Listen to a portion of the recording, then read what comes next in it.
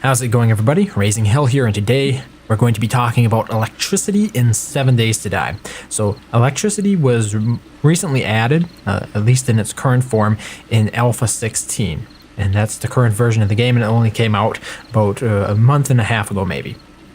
So it's still relatively new, and I was still trying to figure out exactly how it works. So I'm going to sort of give you a rundown of what we have going on here, because as you can see, we got some lights, we got some of those electrical insulators, you got a little security camera there, we got big twirling blades down at the floor, and we can also maybe see that there are some spike traps right there next to the side of the building. So I'm going to go into the hatch, and I'm going to show you some of the wiring. So even for people who are not a fan of this game, I think there was, like, if you're a fan of strategy, for example, there was something here that should appeal to you, and that comes with the logistics of figuring out how to wire all this stuff. And I'll admit, I probably haven't done the best job, but you can see here we have 2 generators, and then if I go all the way down here to the bottom of the bunker, there's going to be another generator right here. So this generator, not outputting a whole lot at the moment, but it is one of those in-demand generators that will require a good amount of power output after the cameras trigger these traps, and then those traps start drawing power. So I have this generator down here. It has a little wire. You can see the wire is running through the ceiling. How wires work in 7 days is that you have this little wiring tool. Looks like a standard wiring tool. You right click on the device that you want to lead a wire from, like this. See, and then you'll be dragging the wire around. In our case, we don't want to do anything else with it, so just cancel that. But you'll be dragging that wire around, and then I decided I want to take it all the way up to the top to a relay. Well, you're kind of limited as to how far you can go without relays. So that's where relays really come in. So you can see right here there's a relay, and it makes sense, you know, from the standpoint of like just general power management. You're going to have relays every so often, you know, every power pole. This is basically like every power pole.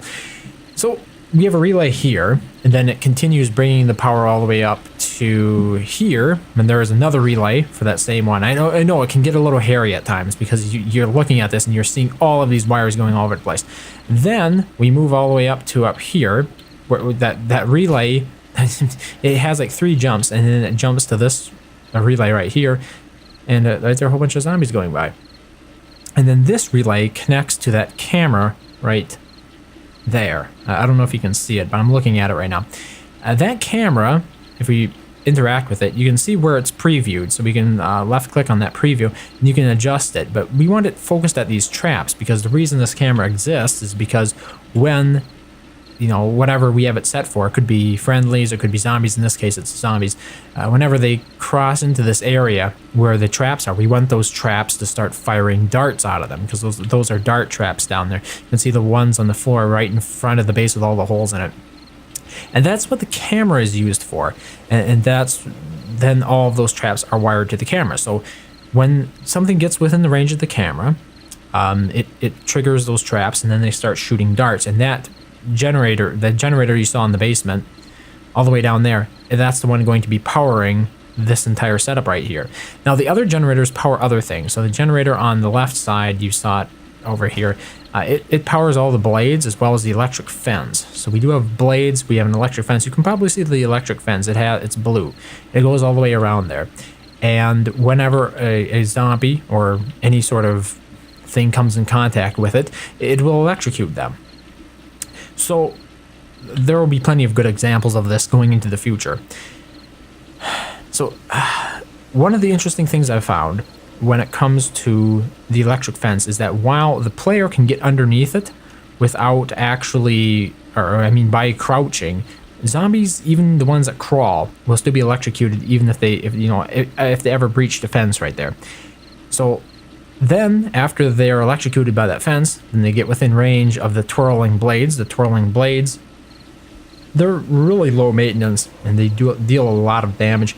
But those twirling blades, they do the slicing and dicing. They deal the majority of the damage. And then we have just the traps up here for the final bit. That pretty much covers the defenses at the moment. Let's talk about the lighting a bit.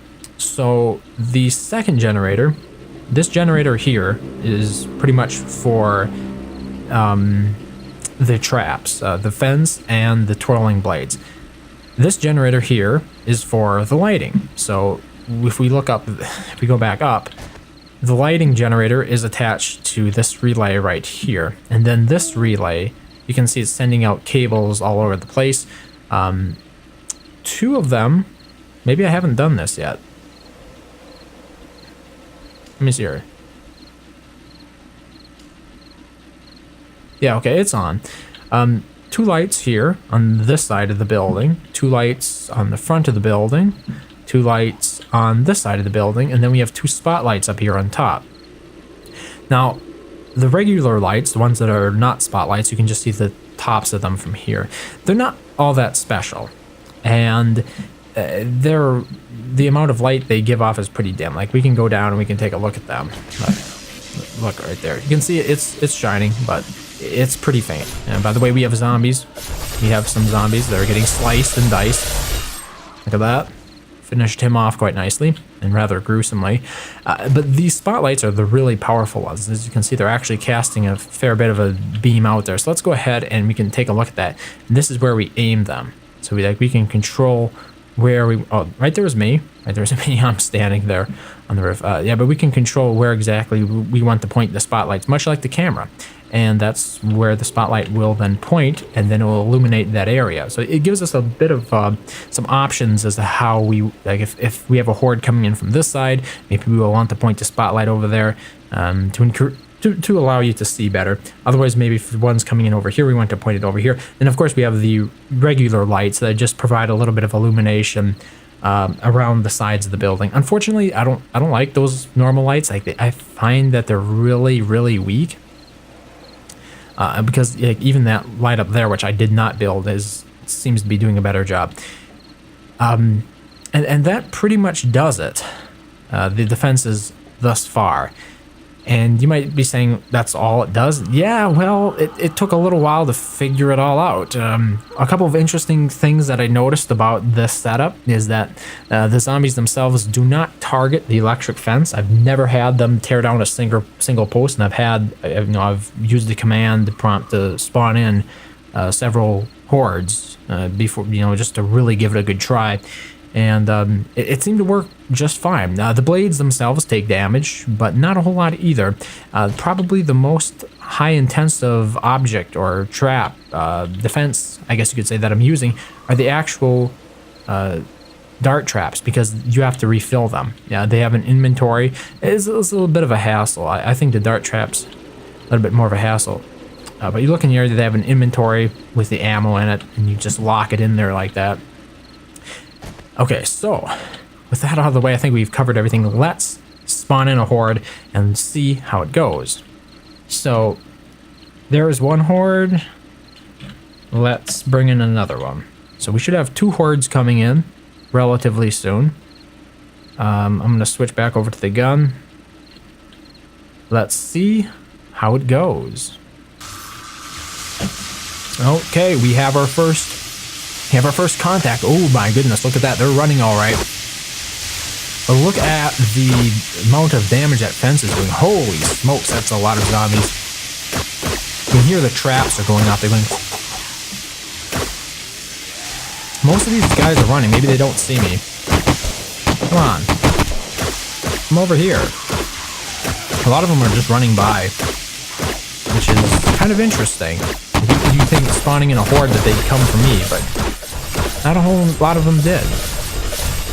Most of them just ran onwards. Okay, here...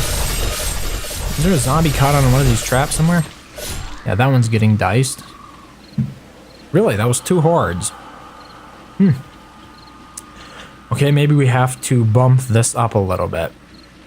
So that was two hordes. Let's check the fence. I'm just going to switch back over to my power tool. Yeah, the electric fence is still in place. Just fine. It's connected right over here. You can see there's a wire going from the building to the first post. Okay, so I guess that means we need to bring in more hordes. I want to have a little bit of a challenge here.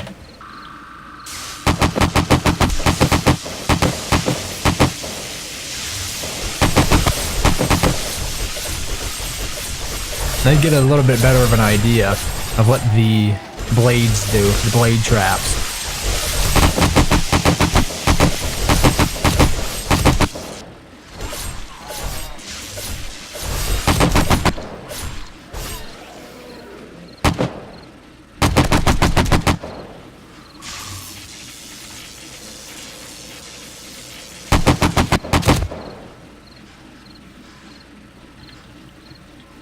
I guess there's only so much you can do when you have sort of an invincible base like this.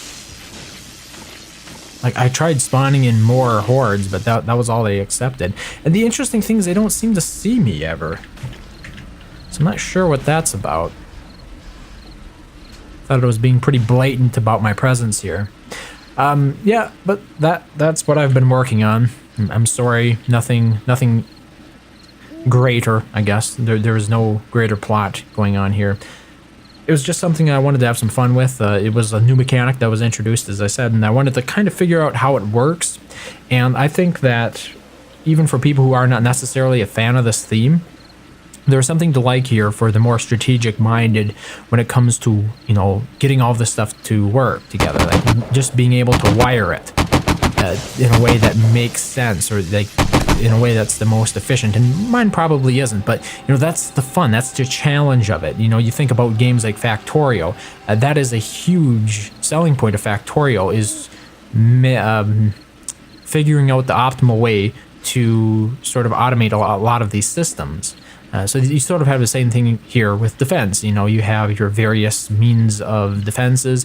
You have different triggers that you can use to actually activate those defenses when different entities come within range. It could be a friendly, it could be an enemy, all that kind of stuff. It's just really, really interesting. A lot of micromanagement that can really go into a lot of plan, a lot of forethought. And I would just like everybody who's perhaps not a fan of, like, you know, the first person or the Minecraft style, the building game stuff, just think about the amount of tactics and strategy that has to go into planning out these builds themselves. Because this game does use real physics. That's another thing that really appealed to me. If you take out the foundation underneath a house, it will collapse, and I really like that aspect of the game because it increases the difficulty of it. It increases how you have to plan around constructing various buildings and stuff. So yeah, that's what I've been working on. Granted, I didn't legitimately build all this stuff. I spawned in a lot of stuff myself because honestly, I just wanted to figure out how it worked. And yeah, this is what we have. Oh, we got more zombies up on top. If I can never climb this ladder. Not sure what happened here. Just as I left. Whoa. Broke my leg, falling off. Probably don't want to do that in the future. Yeah. Gotta figure out how to plan around your own traps. Maybe I should include a motion sensor for when I am actually down here. Can't get up the ladder now for some reason. When I'm down here, then it would make sure that all the traps turn off. See, that's another one of those things you have to be thinking about. Ways you can improve and optimize the trap setup. Suppose I went ahead, put an additional camera here that was, you know, for detecting me, the player, and when I do that, it would relay a signal that tells all of these traps to turn off. So that way, when I'm down there, there's no real risk of me getting hit by those blades. That's just one of those interesting ideas that I think I'll leave you with. So that's what I've been doing in 7 Days to Die, basically. It's a bit of a change of pace. I'll probably be getting back to Stronghold Kingdoms tomorrow because it was recently, the iOS version was recently released on the App Store. So I might do something about that. But this is just some filler, some sort of an idea of what I've been doing in the meantime. 7 Days to Die. Strategic electricity, I guess you could say, and implementing it with the traps. So thank you very much for watching, as always, and I hope to see you next time.